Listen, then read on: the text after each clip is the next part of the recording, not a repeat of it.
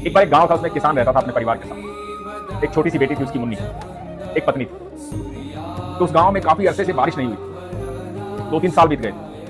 जितनी जमा पूंजी थी सब खत्म हो चुकी थी। परेशानी का समय चल रहा था। अब बिना बारिश के खेत कैसे जुते, बीज कैसे बोए, कैसे फसल आए। किसान घर पर बैठा, बहुत परेशान हो गया। ईश्वर से प्रार्थना भी की, लेकिन कोई असर नहीं। 2 साल बीत गए। परेशानी बढ़ती जा रही थी। परेशानी सिर्फ उसकी नहीं थी, परेशानी पूरे गांव की थी। पूरा गांव त्रस्त था, दुखी था। भूखमरी आ रही थी सूखा पड़ने के कारण। करे तो क्या करे।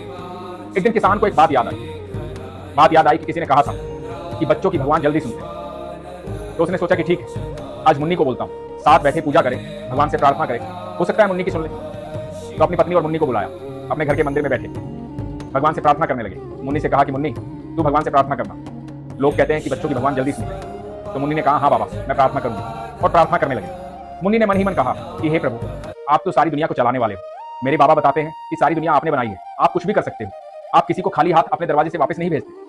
आपके पास सब कुछ है, सब कुछ दे सकते हो। तो हे प्रभु, मेरे बाबा बड़े परेशान है, पूरा गांव बड़ा परेशान है।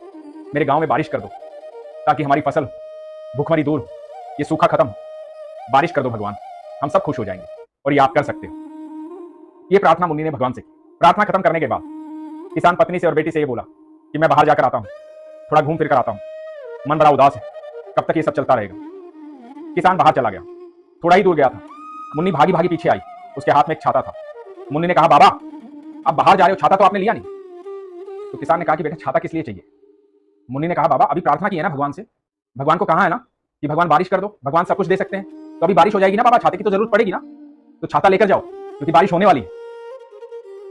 किसान अपनी बेटी को देखता रह गया, उसे गोदी में उठा लिया, उसके माथे को चूमा और मन ही मन सोचा कि प्रार्थना तो मैं भी कर रहा हूं इतने सालों से, पर विश्वास नहीं था जैसा विश्वास मेरी बेटी को।